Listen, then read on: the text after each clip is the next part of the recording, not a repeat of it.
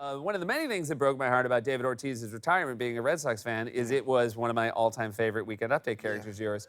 And so for you to lose a great sports impression, I was so happy last Thursday on the Weekend Updates to see you play LeVar Ball. I mean, thank God for the world. You know? Yeah, the the world just gave you keeps LeVar Ball. There giving you us are. these characters. You know, it's a special guy. What can you say? The guy, you know, And it's he loves his kids. He loves his kids, and you know. he's pure ego. It's so fun. 1,000%. He Yeah. has enough ego for all 17 kids. And what did he say was in the shoes? They're made out of South African rhinoceros horn.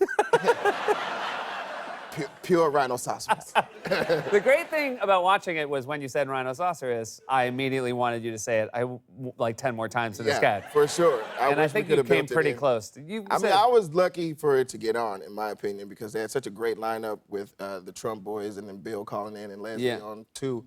So I didn't really know if it was going to make it or not. And then they told us, like, all the features are in. I was like, oh, man, I got to go kill this. So even 15 years in, you're still backstage saying, like, oh, am I going to be in the show or not? Oh, I mean nothing. Yeah. I mean absolutely nothing.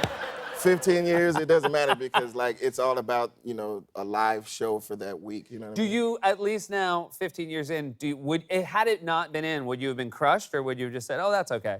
No, I was ready for it not to be in. I was surprised that it went in. And we would have maybe tried it the next week or wait till the show comes around. And I mean, for 568 shows today for you, my God. Yeah. You know That's what I mean? crazy, Like, yeah, it goes that fast. So, I mean, SNL, because, you know, it's such a protected place, it's very similar to that because we always know there's another show coming. Yeah. Another opportunity. And you have a sense LeVar Ball's going to stay in the news. I think so. Yeah. Yeah. I feel like he likes it a little bit. Yeah. Well, that was the interesting thing about Scaramucci was there was a 1-week window to do a Scaramucci. And now it's already. I'm glad Bill did it, but I don't think Bill's going to be dining out on Scaramucci. Yeah, it's not even fair, man. It Yeah. was like, you know, a filet left behind. Yes. It was like 8-ounce butterfly filet. Just sit there because I'm not feeling steak Sir, tonight. if you don't eat this soon, there are going to be flies all over It's okay, I'll just pay and leave it. It's sad. You went to, Dave Chappelle is doing a series of shows at Radio City. Yes. And you went on Saturday, and a lot of our SNL friends were there. It was an amazing night because, number one, the homies were like opening for him. So Pete went out first and crushed it. Yeah.